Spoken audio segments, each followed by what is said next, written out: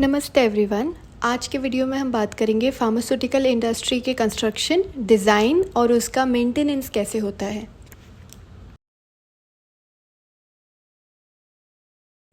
तो सबसे पहले ध्यान देने की बात यह है कि बिल्डिंग ऐसी होनी चाहिए जो मेडिसिन की मैन्युफैक्चरिंग ऑपरेशन को प्रॉपर्ली करे, हाइजीनिक कंडीशन मेंटेन हो और फैक्ट्री एक्ट 1948 के अकॉर्डिंग सारी कंडीशंस को फॉलो करे। इसके अलावा मैन्युफैक्चरिंग, पैकेजिंग, लेबलिंग और टेस्टिंग पर्पस के लिए यूज़ होने वाले जितने भी एरियाज़ हैं उनको भी प्रॉपर्ली डिज़ाइन किया जाना चाहिए।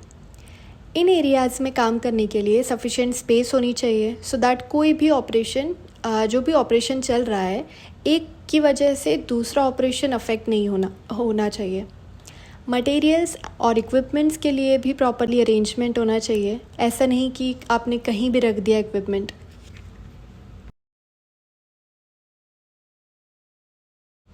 नेक्स्ट, ज़रूरी तो नहीं कि एक ही फैक्ट्री में एक ही टाइप की मेडिसिन बन रही हो सकता है एक फैक्ट्री में अलग अलग प्रोडक्ट का अलग अलग प्रोडक्शन चल रहा हो। सो ये बहुत इंपॉर्टेंट है कि अलग अलग कैटेगरी की ड्रग्स, उसके रॉ मटेरियल्स या इंटरमीडिएट प्रोडक्ट्स का मिक्सअप ना हो। क्रॉस कंटामिनेशन बिल्कुल नहीं होना चाहिए। डिज़ाइन ऐसा होना चाहिए कि किसी भी तरीके से कोई भी इंसेक्ट एंटर ना कर पाए। फैक्ट्री की वॉल्स, उसकी फ्लोर, सीलिंग स्मूथ और क्रैक फ्री होनी चाहिए। सफिशिएंट लाइटिंग और वेंटिलेशन के लिए प्रॉपर अरेंजमेंट होना चाहिए। अगर एयर कंडीशनर रिक्वायर्ड है तो उसका भी प्रॉपर ऑप्शन होना चाहिए सो दैट उस एरिया में टेम्परेचर कंडीशन मेंटेन्ड हो।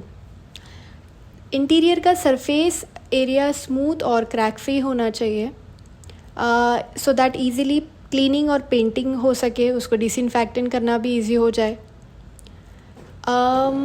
हमें ये भी देखना होता है कि इंटरनल वॉल्स से किसी भी टाइप के कोई पार्टिकल रिलीज़ नहीं हो। अगर ये हुआ तो हो सकता है कि वो पार्टिकल हमारी प्रिपरेशन को कंटामिनेट कर दे। सो जिस एरिया को जो भी क्लीन किया है या पेंट की हो उसका भी रिकॉर्ड होना चाहिए कि वो कब उस एरिया को कब किसने डिसइंफेक्टेंट किया, कौन से प्रोडक्ट का यूज़ किया डिसइंफेक्शन के लिए। नेक्स्ट, कोशिश करते हैं कि ड्रेनेज के लिए भी प्रॉपर अरेंजमेंट हो। इलेक्ट्रिकल फीटिंग भी वॉल्स के अंदर होनी चाहिए। सो यस, इन बातों का ध्यान रखकर हम फार्मास्यूटिकल फैक्ट्री को इफ़ेक्टिव और हाइजीनिक बनाते हैं।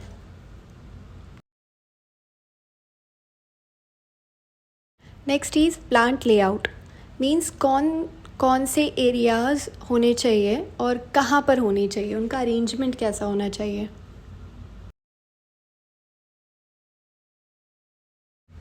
Physical facilities like machinery, equipment और फर्नीचर के लिए भी प्रॉपर अरेंजमेंट होनी चाहिए।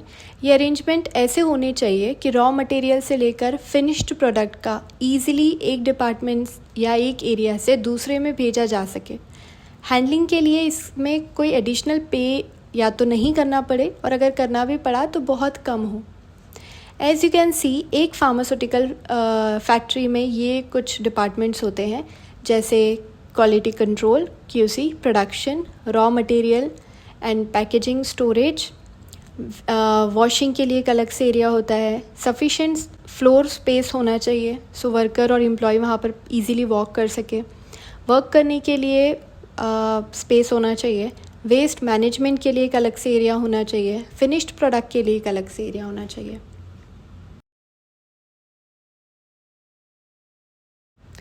ये कुछ इम्पॉर्टेंट टर्म्स हैं जो पता होने चाहिए। जैसे first is weighing. One of the most crucial piece of equipment in the pharmaceutical industry is weighing machine, जिससे हम प्रोडक्ट की रॉ मटेरियल की या फिनिश्ड प्रोडक्ट की वेइंग करते हैं। Next is processing. Processing means अलग ड्रग को किसी कंपोनेंट्स को स्टेप बाय स्टेप प्रोसेस करके, मिक्स करके कोई दूसरा final finished product banana. Next is feeling, जहाँ फार्मास्यूटिकल लिक्विड्स की फीलिंग होती है फीलिंग मशीन से, जो कि असेप्टिक कंडीशन में होनी चाहिए। And the next is shipping, product का फार्मास्यूटिकल फैक्ट्री और इंडस्ट्री से मार्केट तक पहुँचना।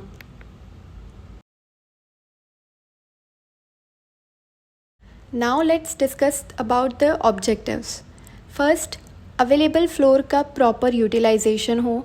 सेकेंड, प्रोडक्शन कैपेसिटी का फुल यूटिलाइजेशन, जितनी भी कैपेसिटी हो उतना प्रोडक्शन भी होना चाहिए. Next, sufficiently utilisation of labours.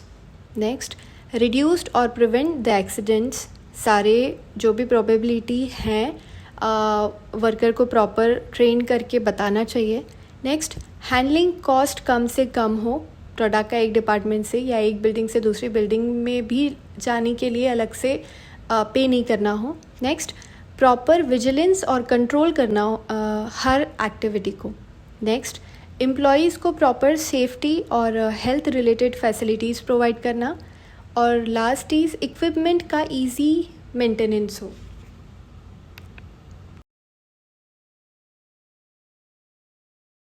चलिए डिस्कस करते हैं types of plants. So the first type is product और line layout. Product layout generally हम एक ही टाइप के प्रोडक्ट को बनाने के लिए करते हैं. इसके लिए या इसके नाम से ही हम समझ सकते हैं कि लाइन या सीक्वेंस से रिलेटेड होगा, राइट. बेसिकली प्रोडक्ट और लाइन लेआउट में सारे इक्विपमेंट्स, मशीन्स और जितनी भी चीज़ें मैन्युफैक्चरिंग के लिए रिक्वायर्ड है उन्हें सीक्वेंस में रखा जाता है, या ऑपरेशन जो भी होने वाला है वो सीक्वेंस में होंगे. जैसे प्रोडक्शन होगा, फिर उसकी टेस्टिंग होगी, उसके आगे अगर वो पास हुआ तो फिर उसकी packaging. Next, second is process layout. इस लेआउट में इक्विपमेंट, मशीनरी एक्सेट्रा ऑपरेशन के अकॉर्डिंग सीक्वेंस में अरेंज्ड नहीं होते. इसमें एक टाइप का ऑपरेशन जैसे ग्रैन्युलेशन सारे ही प्रोडक्ट का एक ही जगह पे होगा. इस लेआउट में डिपार्टमेंट के बीच में डिस्टेंस कम होता है, सो दैट मटेरियल ईजिली एक डिपार्टमेंट से दूसरे डिपार्टमेंट में जा सके, टाइम भी बचे और पैसा भी. इससे इंस्पेक्शन करना भी ईजी हो जाता है.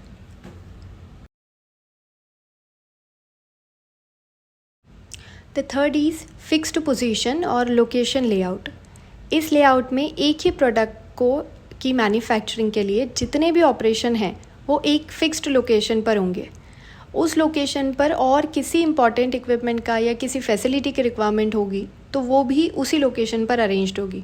उस प्रोडक्ट को कहीं और या किसी और डिपार्टमेंट में ले जाने की ज़रूरत नहीं होगी. इट इज़ फिक्स्ड पोजीशन और location layout. And the last is combined layout.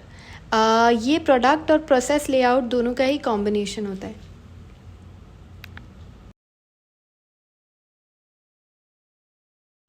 Next is sanitisation. Building के अंदर के सारे एरियाज़ रेगुलरली क्लीन होने चाहिए और उसका रिकॉर्ड भी मेंटेन होना चाहिए. Second, drainage system proper size का होना चाहिए, शैलो होना चाहिए जिससे बैक फ्लो ना हो, और उसकी क्लीनिंग और डिसइंफेक्शन भी होना चाहिए. Environment pollution control board manufacturing waste material जो भी मैन्युफैक्चरिंग इंडस्ट्री में प्रोड्यूस होता है उसका डिस्पोज रेगुलेट करता है. ऐसे कोई वेस्ट प्रोडक्ट जो इन्फ्लामेबल है, हैज़ार्डियस है या टॉक्सिक हो उसको अलग से स्टोर करके रखना चाहिए जब तक उसका डिस्पोजल ना हो.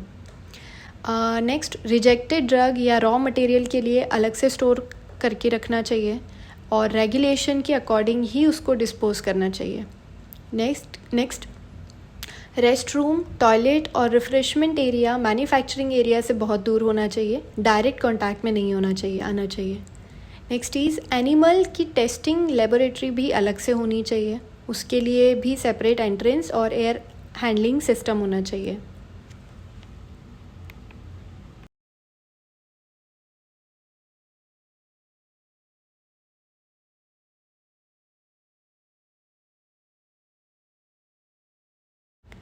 Next, utilities of sterile area. Entrance area पर एयर लॉक्स होने चाहिए सो दैट डस्ट एंटर नहीं कर पाए, और फ्रेश एयर के लिए वेंटिलेटर्स होने चाहिए. जिस भी एरिया में स्टेराइल प्रोडक्ट की मैन्युफैक्चरिंग हो रही हो वहाँ HEPA filters, high efficiently particulate air filters लगे होने चाहिए. किसी भी प्रोडक्ट की मैन्युफैक्चरिंग के टाइम रेगुलरली जर्म्स चेक करने चाहिए. It may contaminate the product, right. Next, manufacturing के टाइम पर कोई भी अनऑथराइज्ड पर्सन नहीं होना चाहिए. स्टेराइल एरिया में एंट्री और एग्ज़िट के लिए प्रॉपर रूल्स होने चाहिए जो सबको फॉलो भी करने चाहिए.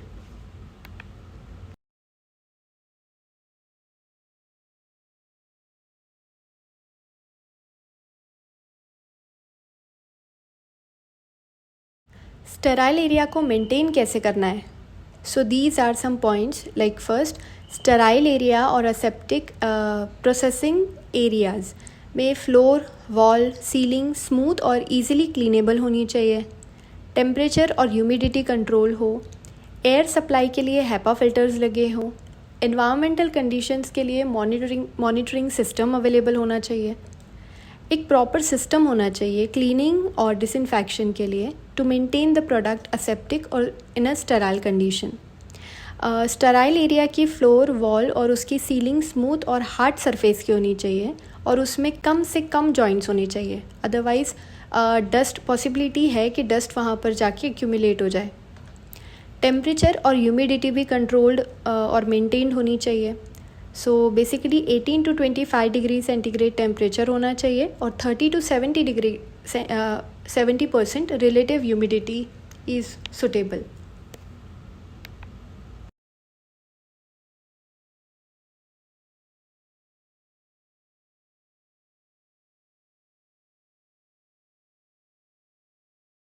स्टेराइल एरियाज़, फैसिलिटीज़ और इक्विपमेंट्स में रेगुलरली क्लीनिंग और डिसइंफेक्शन होना चाहिए और डिसइंफेक्टेंट को टाइम टू टाइम चेंज करते रहना चाहिए, जिससे माइक्रोबियल रेजिस्टेंस का चांसेस कम हो जाए। डोर्स या तो एल्यूमिनियम या स्टील के होने चाहिए और उसकी ओपनिंग हायर प्रेशर एरिया में होनी चाहिए, सो दैट वो ऑटोमेटिकली हाई एयर प्रेशर की वजह से बंद हो जाए। इंटरलॉकिंग सिस्टम और विजुअल और ऑडिबल वार्निंग के लिए सिस्टम होने चाहिए, जिससे एक टाइम पे एक ही डोर की ओपनिंग हो।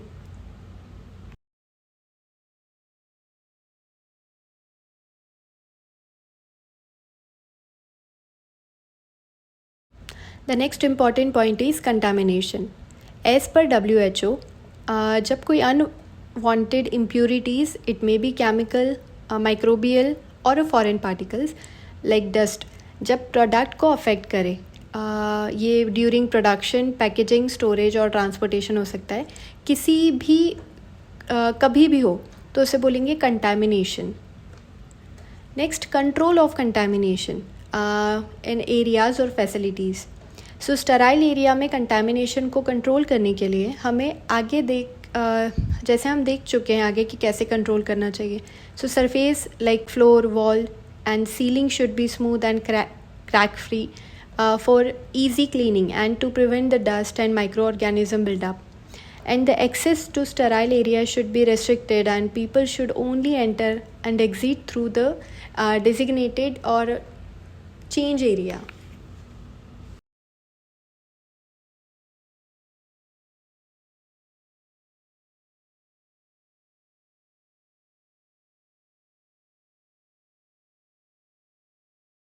Next, control of contamination by people.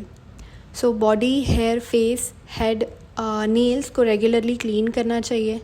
Second, अगर किसी एम्प्लॉय को किसी भी कोई हेल्थ रिलेटेड प्रॉब्लम है, वो बीमार है या कोई इंजरी है या रेस्पायरेटरी रिलेटेड कोई प्रॉब्लम है या स्किन रिलेटेड रैशेज़ हैं, तो उसको इमीडिएटली रिपोर्ट करना चाहिए सीनियर को। नेक्स्ट, चेंजिंग और वॉशिंग के लिए रिटन अप प्रोसीजर को फॉलो करना चाहिए। स्टेराइल एरिया में मेकअप करके या ज्वेलरी या वेस्ट वॉच पहनकर नहीं जाना चाहिए, हो सकता है ज्वेलरी का कोई पार्ट आपके प्रोडक्ट में चला जाए। नेक्स्ट, पेपर या डॉक्यूमेंट्स भी स्टेराइल एरिया में नहीं जाने चाहिए। स्टेराइल एरिया में बैठकर खाना पीना अवॉइड करना चाहिए, स्मोकिंग नहीं करनी चाहिए। अगर किसी एम्प्लॉय को कफिंग या स्नीजिंग हो रही है तो उसे स्टेराइल एरिया में एंट्री अवॉइड करनी चाहिए। प्रॉपरली ग्लव्स का यूज़ करना चाहिए पूरे टाइम और स्टेराइल एरिया में कम बात करते रहना चाहिए आप जब काम कर रहे हैं।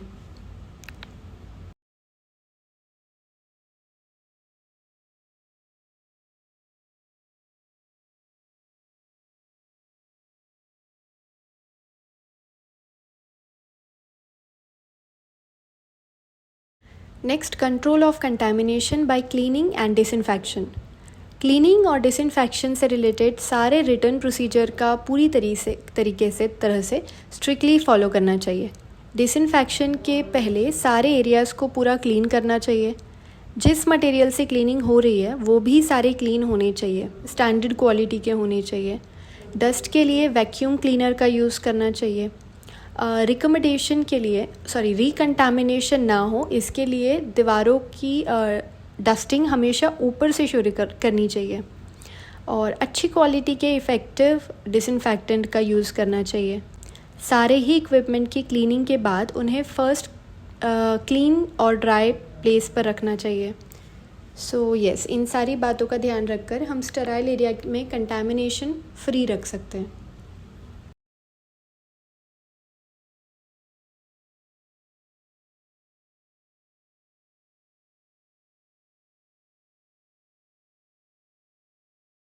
Next, environmental control. So air locks present होने चाहिए so that low humidity area higher humidity से सेपरेट हो और मॉइस्चर का माइग्रेशन ना हो। पर्टिकुलर रूम की एयर फ्लो का डायरेक्शन ऐसे होना चाहिए कि वो उस रूम में जनरेट होने वाले डस्ट या वेपर्स को भी निकाल दे।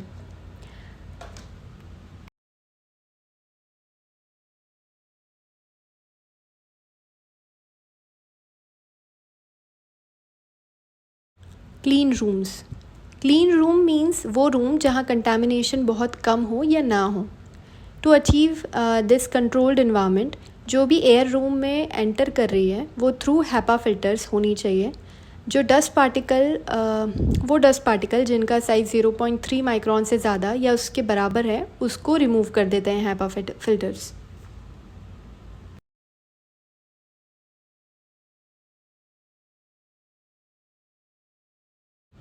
Now you can see the classification of clean room as per US FDA and as per Schedule M.